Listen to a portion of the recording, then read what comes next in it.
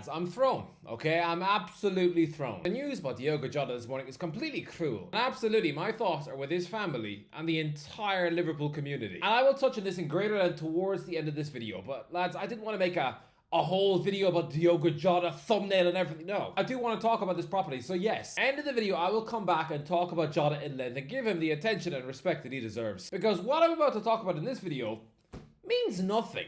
Let's be honest, it's just pure football waffle. I'm going to talk about Arsenal's transfer window, and sure, I'll try to make a laugh of it, but in this larger scheme of things, it doesn't mean anything. The Premier League doesn't mean anything. The Club World Cup doesn't mean anything. But first off, let's just try and talk about football. Okay, so I do want to talk about Arsenal's transfer window, and lads, it is nothing to the extreme. This is the big year for Mikel Arteta.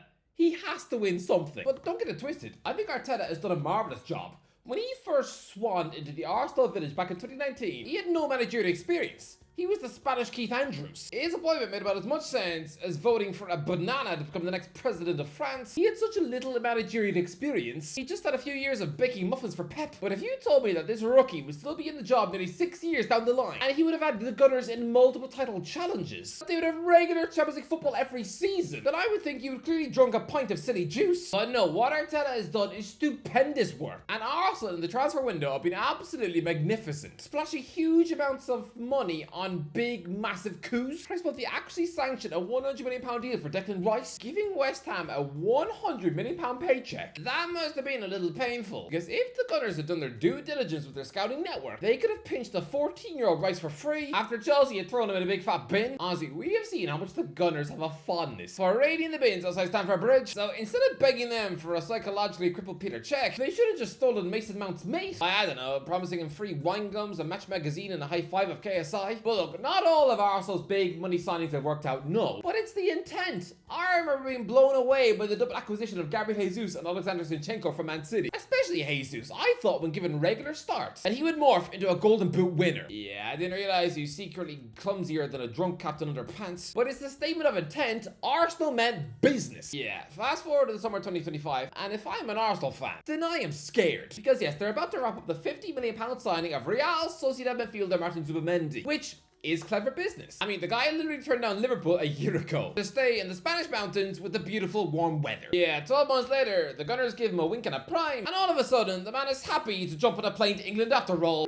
Maybe this man is secretly a guy who might just be a city boy, and that he was only ever prepared to leave his comfy Spanish roots for the bright lights of London. He's a bit of a João Pedro, you know, rejecting a move to Champions League Newcastle, where I promise you, he'd have been treated as a king in favor of Chelsea. But then again, Pedro is someone who might have the brains of a cookie, because he was recently asked who the best player he ever played with is, and he said James Milner. He's literally been in the same Brazil team as Vinicius Jr. Did you just forget about your Brazil caps, or are you really as clever as a toothbrush? He was in the same starting 11 as Rafinha, who's on course for a podium spot at the next Ballon d'Or. But yes, Pedro clearly wants the London look. I don't know why. Every time I'm in London, everyone looks miserable. Lads, I remember each time I had to tear across the city for my rare kickoff appearances, I would eventually turn up at True Geordie's doorstep about 2 minutes before the stream was supposed to start, covered in sweat and anguish. His missus would open the door to me, and I'd look like I'd just been mauled by a bear. Nah, I was just stuck in a sweaty tube full of people who look like they hate their kids. So yes, Pedro and Zubimendi clearly want the posh cities instead of working class towns. Look, Zubimendi is an excellent signing, sure. I mean, provided he actually settles in England. He may not. Arsenal have had homesick Spanish talent in the past, like Jose Antonio Reyes, rest his soul, and quite fitting,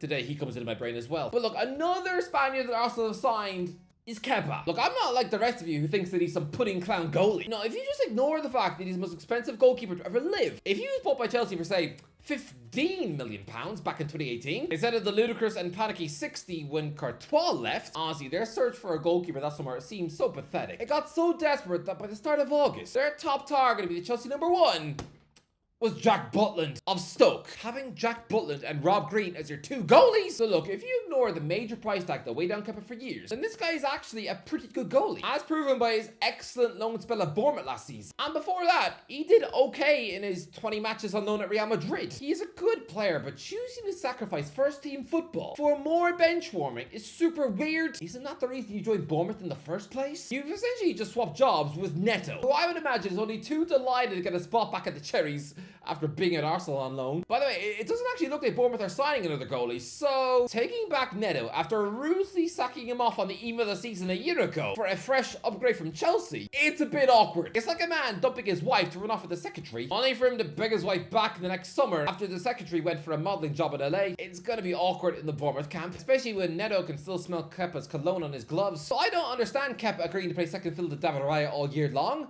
That was something that drove Aaron Ramsdale mad. And after Raheem Sterling's completely botched loan spell, how have the Gunners not tweaked it yet that buying from Chelsea's rubbish dump, it rarely works out? Look at all of the players that Arsenal have signed from Chelsea over the last 20 years. And you tell me which ones were worth a fuss. Lassana Diarra, William Gallas, Peter Cech, David Luiz, William Jorginho, Raheem Sterling, Kai Havertz. Most were flops. And yet Arsenal have signed Kepa. The whole deal confuses me. But not only have the Gunners not learned that Chelsea keep flogging them rubbish, but they're trying to sign another one, sniffing around Noni Madueke. Why?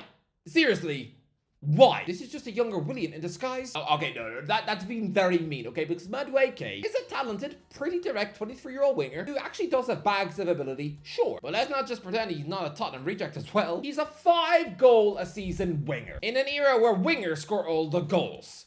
And yet the Gunners have been quoted a £45 million fee.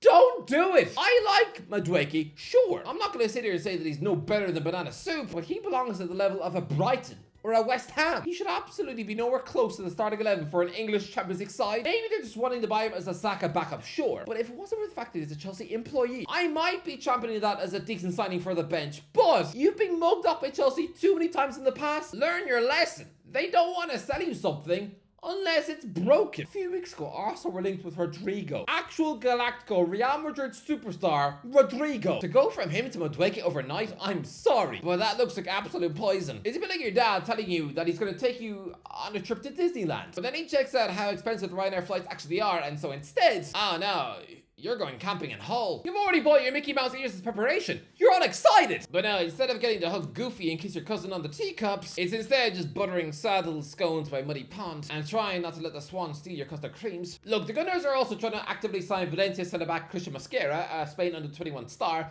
and that could be a good signing, sure. But then I look and see that Arsenal are really scrambling Victor Gyökeres's head by refusing to make a move. Honestly, I don't think Arsenal have actually made Sporting Lisbon an offer yet, but he is losing his mind in Portugal. Like Jack Nicholson off The Shining. He's threatening to go on strike and has apparently dumped his girlfriend as he wants to sever all ties to Portugal. Really? Is that really how you push through a move? If Gyökeres really wants to cut all ties to Portugal, then maybe immediately sell your house and agree to live in a bin like Oscar the Grouch. Maybe that might push through the move. Or maybe not. And finally, the last bit of transfer madness involving Arsenal is apparently they want to buy Eberechi for £68 million.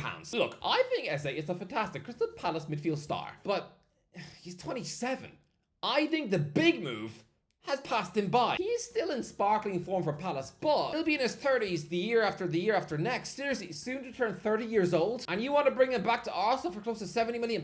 This screams of when Arsenal were trying to sign Wilfried Zaha for years, but I mean, he's early 30s and washed up in Charlotte. I mean, lads, Manchester United were seen as the laughingstock when they paid £80 million to bring back Paul Pogba, an academy graduate. Yeah, well, lads, Eze was at Arsenal too. He began his career there before they released him at 13. Yeah, you also had Michael Olise too. But seriously, back in 2011, Eze was thrown out the window, having to take a school back to Fulham instead. To buy him back now for 70 million on someone you could have nurtured. He could have broke through as the successor to Mesut Ozil. This is someone who could have been the face of the whole Arteta project. Him and Saka together, I think this is just a little bit late. So that is why I think that Arsenal's transfer window has been crazy so far. But before I go, I want to talk about Diogo Jota. Lads, this doesn't feel real. I'm not really sure what to say, okay? My head is scrambled and has been all day. Waking up this morning, I do what I usually do, flicking through the news to see what the big football stories are. And when I came across this headline, I haven't been that gobsmacked in a while. Stumbling upon the headline that Jota had passed away.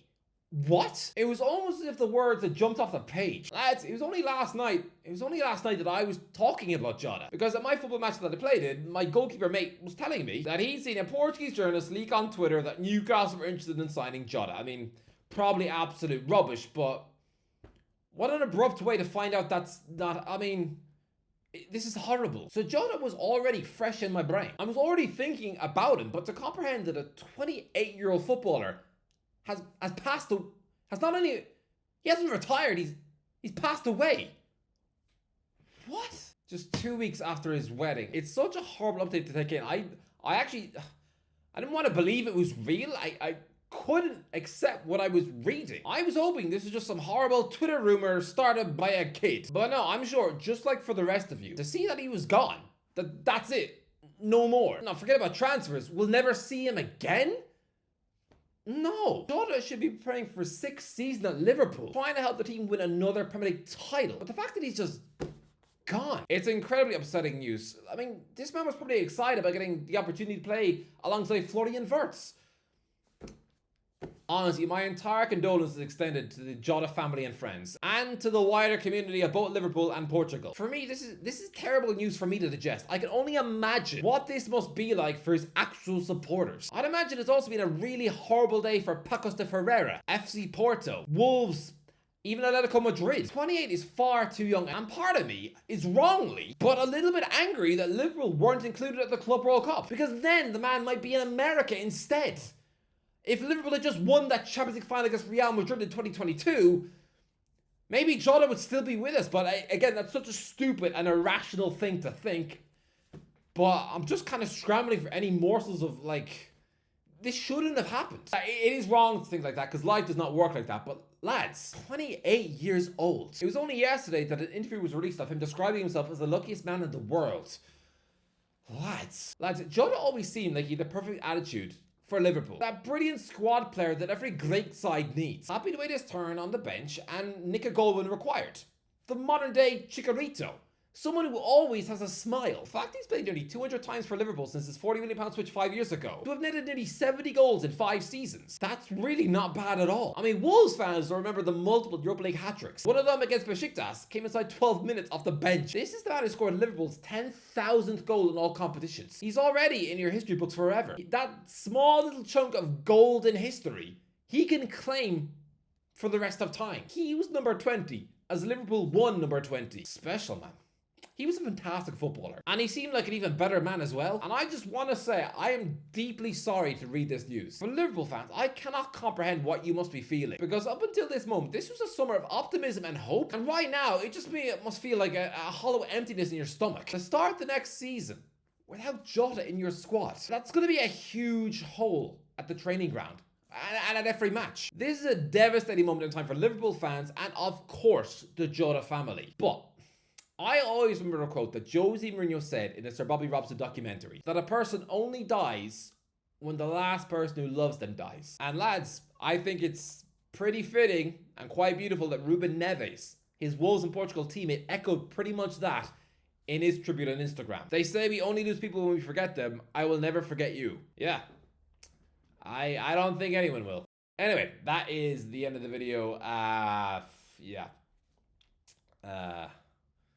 Nah, just rest in peace, Diogo.